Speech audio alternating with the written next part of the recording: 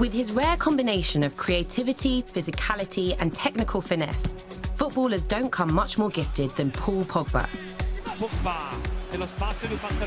Born in the suburbs of Paris, it was with Italian superclub Juventus that Pogba became a footballing megastar.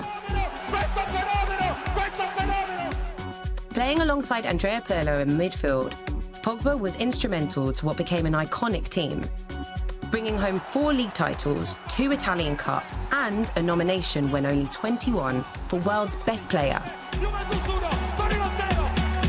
He soon became the most expensive too, joining Manchester United in 2016 for a then world record €105 million. But it was with the French national team that Pogba hit his career high, winning the 2018 World Cup in Russia and scoring in the final.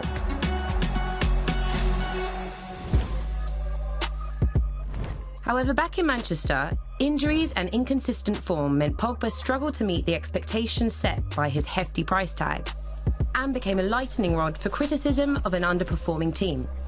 The football is very beautiful, but it's cruel. People can forget you the next day. You can do something great. The next day, you're nobody. He has also discovered that success brings its own risks. In 2022, he found himself threatened at gunpoint in a case of alleged extortion. It was like a movie. When there is money, you have to be careful. Money changes people. Now a father of 3, family and faith feature heavily in Pogba's life, and the flack he's faced hasn't stopped him from speaking out against social injustices. Most recently, the killing of a 17-year-old boy by French police, which sparked nationwide protests. I don't think that you're allowed to shoot someone that is unarmed. Shoot him in the heart. Back on the pitch after a year out injured, Paul Pogba is a man out to prove his critics wrong.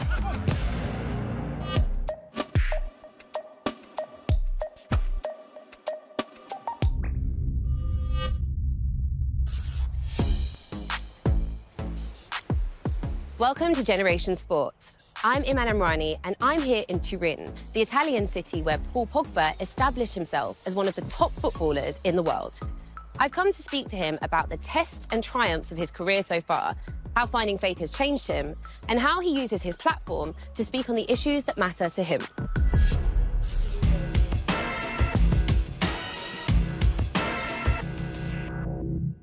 So, Paul, thank you for joining me on Generation Sport. Oh, thank you for inviting me. I wanted to start out with where you're at the moment. I know it's been a bit of a difficult season with recurring injuries, but you're back on the pitch, you just turned 30. I want to ask you, how do you think your priorities are different now compared to when you were 20 years old? I would just say the experience. I have more experience, so now I know my body. I know what I want also. I had, like you said, the difficult here, so I have this hunger and this wish of playing football and just enjoying myself until like the end of my career. It's like I'm 18 again. I want to do a bit of a conversation about your background as well, so taking it all the way back. Both of your parents are from Guinea and West Africa, and I want to know how strong their cultural influence was in your childhood. Yeah, so my parents are from Guinea. They came in France, but the culture was the same, African culture. So I was just with my brothers and my cousins. So my mom adopted my 2 cousins, so we were 5. And it was just like eating all in one plate and stuff like that. The value of life, taking care of the family, that's always been in our culture, in my lifestyle. They raised me with big values, respect, hard work. Also because from them coming to France like back then, was still racism and stuff like that. So, like they just raised me as being strong and get ready for life. And is there anything now that you do with your children that kind of reminds them of that, the roots that they have and where they're from? When they don't behave good, I'm like, tell them I'm gonna take you to Guinea. I'm gonna take you to Guinea and you're gonna learn, because they're gonna see the real value of life. We try to keep the culture, the values of respect and taking care, finish all the food, because thank God, alhamdulillah, we're lucky. We're lucky, we have everything. We live here in Europe. In Africa, it's not the same.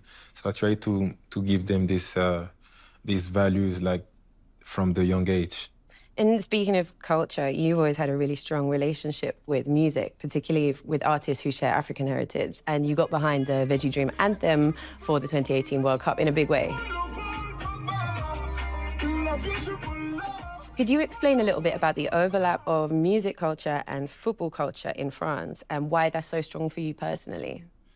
And like African, you're just like this vibe of dancing, the music. And since the young age, since I was in the house, we were always like dancing all together. So that's in me, it's in my blood. So I love music, I love the good energy. And I mean, you need to enjoy life also, you know? In France, a lot of the music scene is influenced by how many people have come from North Africa or West Africa. But at the same time, you know, the cultural makeup of the team, for example, the French national team, has been something that sometimes is celebrated, say, for example, the 98 World Cup. But then sometimes those minority players are scapegoated for the poor results. And I want to know if you think that this generation of players are more comfortable navigating those issues of race and identity. The media is something that us players, we cannot really control. And it feels like when we play bad, now it becomes an issue and the racists come out. So it's always like a disadvantage, I would say. When you win, everything is fine. When you don't win, and we Afro-French, basically, like the Franco-Guinean, the Franco-Cameroonais. I mean, we're born in France. I'm born in France. So when we win, it's the France that win, it's not Guinea.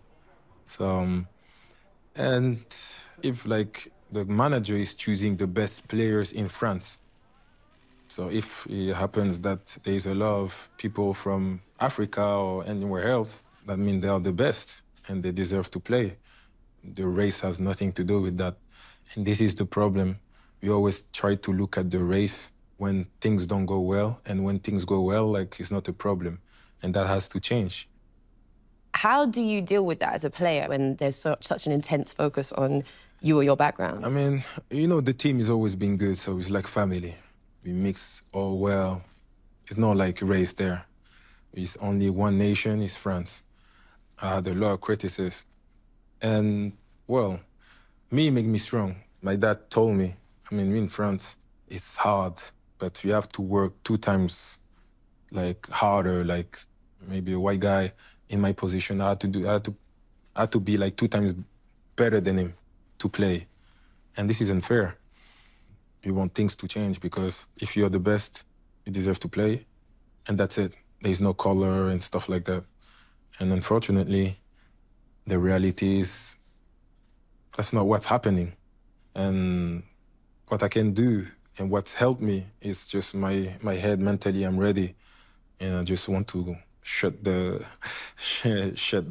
media and show them that they're wrong. And is that like a big part of the drive and the hunger that you talk about? Yeah, definitely. I want to make them eat their words. You know, like, I won't show them that I'm not weak. Like, you can talk bad about me, I will never give up. I will never give up. Like, I cannot give them, like, it cannot be right. You know what I'm saying? So I'm like, I'm gonna work harder, I'm gonna give my best even more. I'm gonna have to show them again.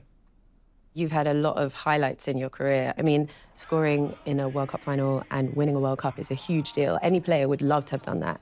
But at the same time, you have had more difficult moments, and you've spoken about struggling with depression alongside your injuries. What did you find most helpful during those difficult moments? Allah.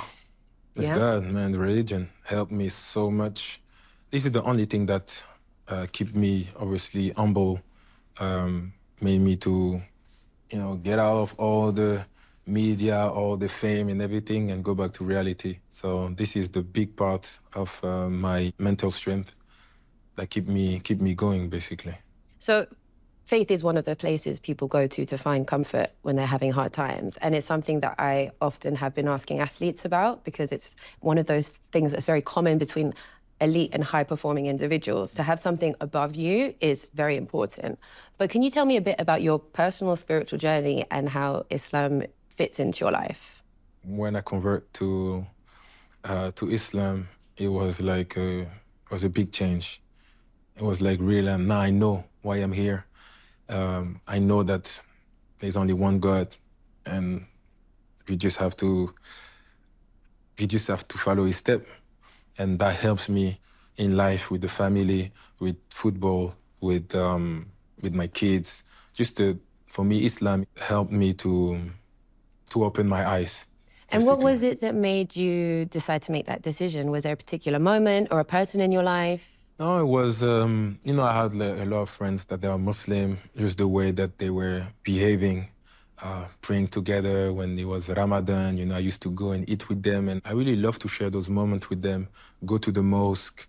I was like, this is a religion that suits me, being all together, talking about the religion, helping each other out. And when I start doing my research, I just being like, okay, I think this is it. And I pray one time, and like my heart like melt, kind of. It melt. It's like my body find its place. So I was like, this is my religion. What would be like one thing about your personality or character that you think has become better because of your religion? I would say I was getting angry. I was like, when I was playing bad, I was like getting mad for 3 days. And now everything was football for me. My life was only football. And I find in Islam, I find like I never lose. When something bad happens to me, it makes me win. In experience, it makes me win mentally, it makes me like grow. So it's only a win. Only a win when you follow the step of Allah. Is only you can only win. So we've talked about religion, but I also want to talk to you about France and where you're from. You grew up in the suburbs, the banlieue, which in the media is often used as a shorthand for France's social issues like exclusion or violent crime. What was it like growing up there? Man, it was good. Yeah, so many good parts because, like I said, the culture also. We all together, we go to each other's house. It's like we all outside playing football.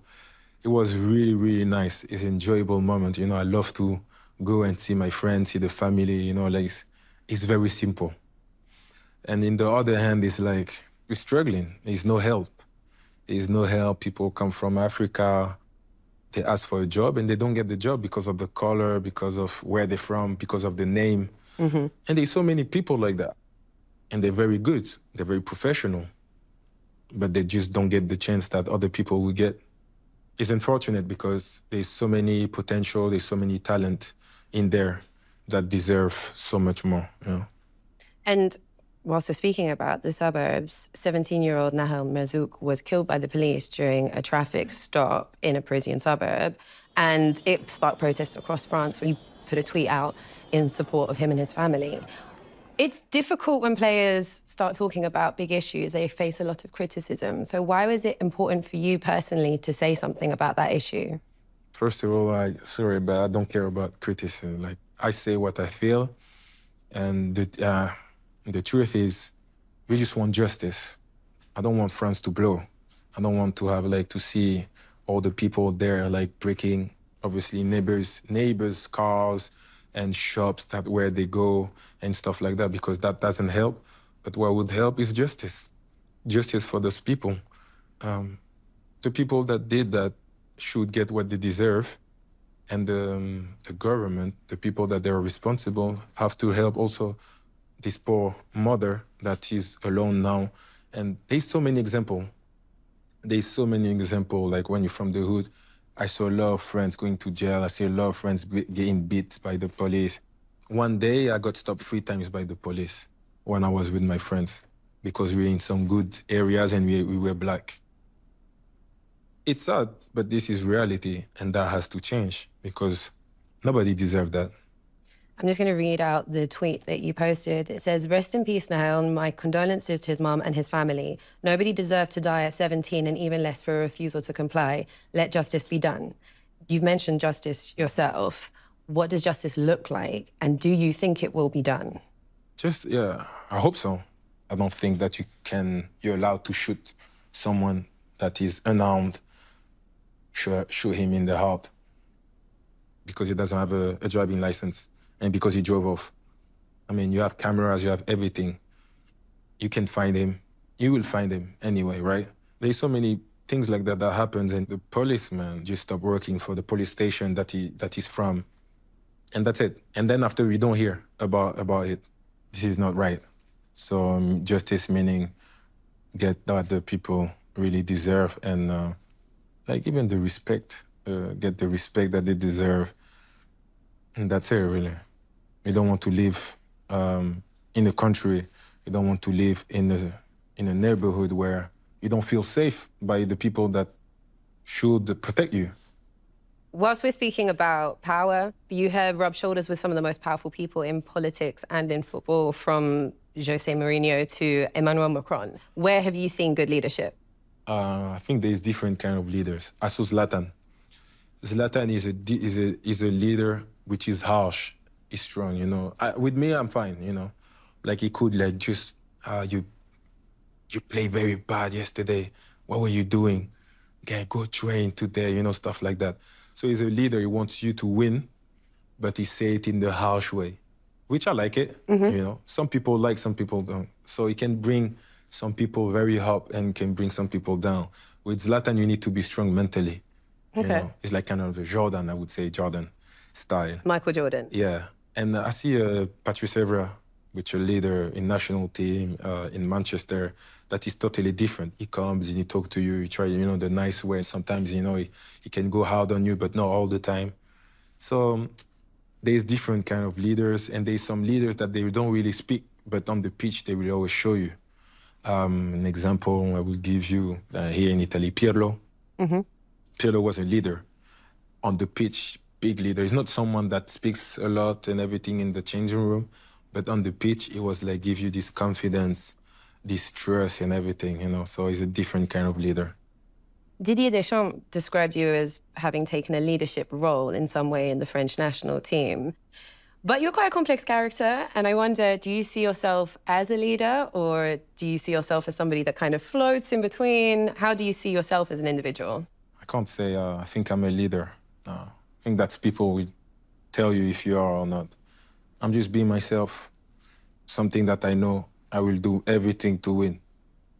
And the people that, the players that they're around me, I will make sure that we win. So, yeah, that's why I will give my best. I will give 100 to my teammates, to everyone, so we can win. You talk about this hunger and having the hunger back and this energy and wanting to win. When is the time that you've been most satisfied in your life? Never. Never? Nah. You've never been satisfied? Satisfied, no. Really? Yeah, you always want more. Always want more? Always want more. We're greedy. No. We're too greedy. We're too greedy. No, it's something that we happy. I'm being like very happy. But like I said earlier, it's never enough. I mean, you look Cristiano Ronaldo, Messi, they always have to prove again that they are Cristiano and Messi after everything that they've done. The football is very beautiful, but it's cruel. People can forget you the next day. You can do something great. The next day, you're nobody. People are waiting for you. See, I'm done. He's done. His career is finished. Like, so many things, like, I'm over, you know, I'm dead. Pogba doesn't exist anymore, you know? I'm not a good player, not even one of the best. I'm not a good player, always injured. Like, you get all this comment and everything after, an example, doing a good career or scoring goals, like winning the World Cup. I mean, people forget. So you have to prove, it's something that you have to prove all the time. And even more when, like you said, with the racing and stuff like that, for me, that's what I feel. I have to show even more. I can't imagine that level of pressure. Like, it makes me tired. It makes me tired to think of that, to never feel satisfied. So then your religion gives you a space where I guess you can sit down and have some peace. For sure. I mean, you see, we just not a long time ago, I saw Dele Alli. Yes, he did the interview recently, and he spoke about the issues that he has had to do with trauma and what that led to with him, yes. It's so easy now after that he speak out. Everybody, they are behind him, they all support him. But they've been having all this moment and they've been killing him. But who, when they were killing him, I never seen nobody, I mean, in the media saying, oh, maybe there's something, you know, let's ask him what's going on, you know, are you okay mentally and stuff like that. We're going through a lot. We're here, we grew up to play football. We didn't grow up to get ready for the media. Because some media, they will bring you up so high and then bring you down, but like to destroy you. And it's hard. Like, I didn't learn to get ready for the negative talk, the criticism, the racism and stuff like that. I just came to play football. I enjoy playing football. I was in the hood with my friend. We were playing. Then after you get to a first team, you play, you score goals, you get all the praise and all the best young player and this and that. And then things happen in his life and they're destroying him. They don't even ask him if he's okay mentally and stuff like that. They don't care. I completely understand that point. But I think also it's difficult because people see footballers as being very lucky and having a lot of money. So some people see that as the payoff for the lifestyle that they have. It's true, you have to accept it, but nobody deserves to be criticized like that. The people that criticize, they didn't give them the money. I mean, they're good players, they're talented. They worked their whole life to be there. They didn't steal it. Now the football changed. People get a lot of money, more than before. And maybe in 10 years, it's gonna be even more. And it's like that. There's so many players that they lost it mentally. They didn't even want to play football anymore because of all the negative thought and all the negative critics and all this. We've spoken about the media and that side of things and the pressure on that side, but I've interviewed a lot of people who are artists or athletes who have come from very difficult backgrounds and achieved fantastic things, incredible things even. And I'm surprised at how often that success and money singles them out as potential targets for people from their previous life. I interviewed Niska, the rapper, and he said to me, from the moment you get some success, there's one thing you need to think about, and that's the entourage. What do you think about that? True. Definitely. I mean, the only people can hurt you is the people that they are close to you. That's it. The enemies, you know where they are. And they will not like, you know that they're, but the people that they close, the friends, family, that you think they will always like, they're happy for you. They're the one that they can like destroy you.